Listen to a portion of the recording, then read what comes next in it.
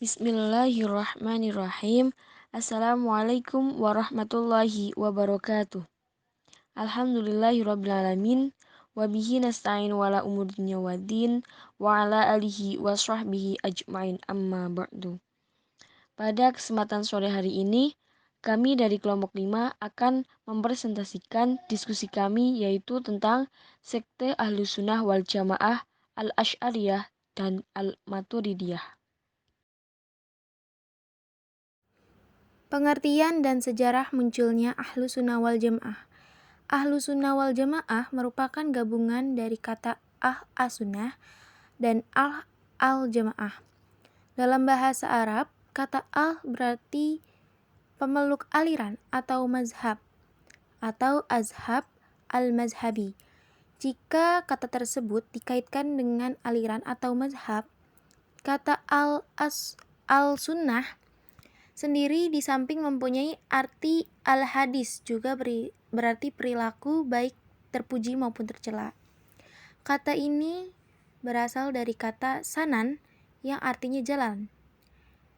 Selanjutnya mengenai definisi al-sunnah, secara umum dapat dikatakan bahwa al-sunnah adalah sebuah istilah yang menunjuk kepada jalan Nabi Muhammad SAW dan para sahabatnya, baik ilmu, amal, akhlak, serta segala yang meliputi berbagai segi kehidupan.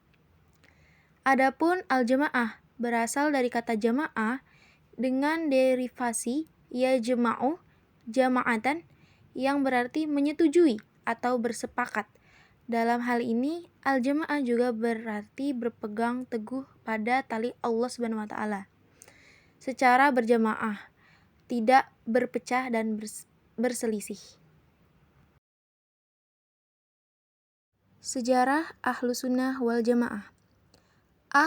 Al-Sunnah adalah penganut sunnah Nabi Muhammad SAW. Dan Al-Jamaah adalah penganut paham sahabat-sahabat Nabi SAW.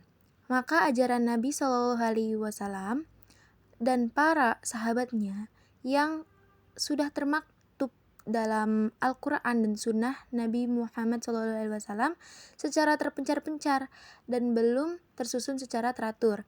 Kemudian dikodifikasikan atau dikonsepsikan secara sistematis oleh Abu Hasan al-Asy'ari, lahir di Basrah tahun 324 Hijriah dan meninggal pada usia 64 tahun. Pada periode Ashab al-Asy'ari, inilah al-Sunnah dan al-Jamaah mulai dikenal sebagai suatu aliran dalam Islam. Hal ini dipelopori oleh Al-Baqillani atau 403 Hijriah, Al-Baghdadi 29 Hijriah, Al-Juwaini 478 Hijriah, Al-Ghazali 505 Hijriah, Al-Syahrastani dan Al-Razi 606 Hijriah. Meskipun demikian, mereka tidak secara tegas membawa bendera Ahl-Sunnah wal Jamaah sebagai mazhab.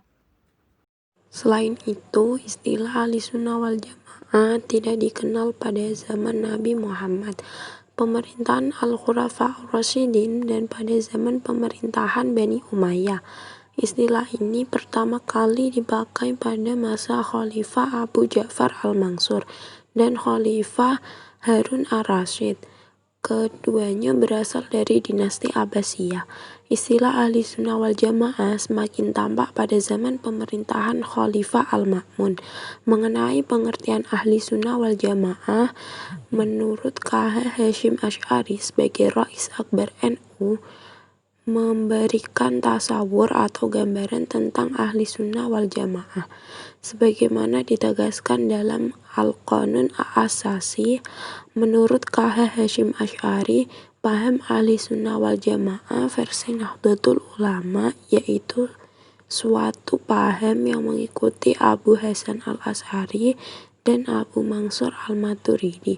Dalam teologi mengikuti salah satu 4 mazhab fikih, yaitu Hanafi, Maliki, Syafi'i, dan Hambali, dan mengikuti Al-Ghazali dan Al-Junaidi al-Baghdadi dalam tasawuf. Aliran Asy'ariyah.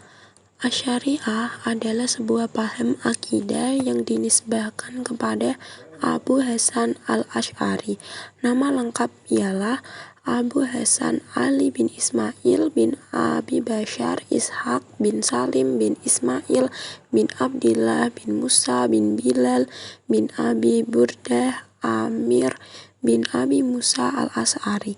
Kelompok Asy'ariyah menisbahkan pada nama sehingga dengan demikian ia menjadi pendiri mazhab Asy'ariyah. Asy'ari yang semula berpaham Mu'tazilah akhirnya berpindah menjadi Ahli Sunnah, sebab yang ditunjukkan oleh sebagian sumber lama bahwa Hasan telah mengalami kemelut jiwa dan akal yang berakhir dengan keputusan untuk keluar dari Mu'tazilah. Sumber lain menyebutkan bahwa sebab ialah perdebatan antara dirinya dengan Al-Jubai seputar masalah asyalah dan asalah atau kemaslahatan.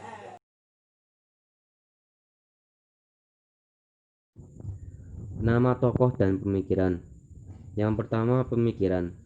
Adapun formulasi pemikiran Al-Asy'ari secara esensial menampilkan sebuah upaya sintesis antara formulasi ortodoks ekstrim di satu sisi dan Mu'tazilah di lain sisi. Maksudnya, dari segi etosnya, pergerakan tersebut memiliki semangat ortodoks, sedangkan aktualitas formulasinya jelas menampakkan sifat reaktif terhadap Mu'tazilah, suatu reaksi yang tak dapat dihindarinya. Corak pemikiran yang sintesis ini mungkin dipengaruhi pemikiran Ibnu Gulab, tokoh Sunni yang wafat pada tahun 854 Masehi. Yang kedua, tokoh terkenal, yaitu 1. Al-Baqilani, wafat tahun 403 Hijriah. Yang kedua, Ibnu Farwaq, wafat tahun 406 Hijriah. Yang ketiga, Ibnu Ishaq al-Isfarani, wafat tahun 418 Hijriah.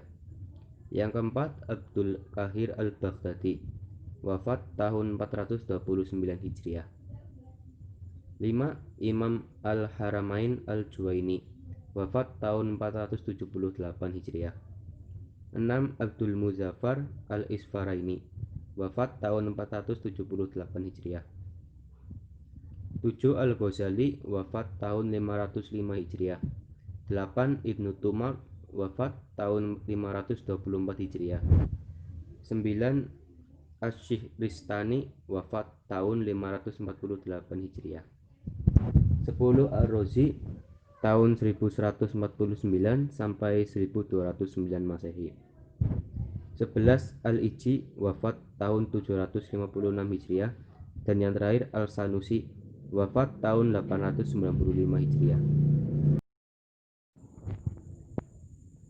Aliran Maturidiyah.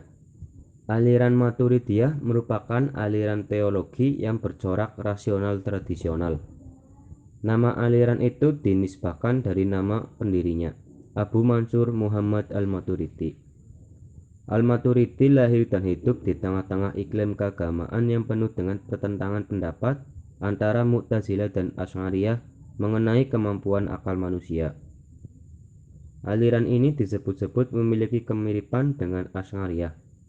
Aliran Maturidiyah adalah aliran kalam yang dinisbatkan kepada Abu Mansur al-Maturidi yang berpijak kepada penggunaan argumentasi dan dalil akli kalami. Aliran Maturidiyah digolongkan dalam teologi Ahlussunnah wal Jamaah yang merupakan ajaran yang bercorak rasional. Tokoh dan pemikiran.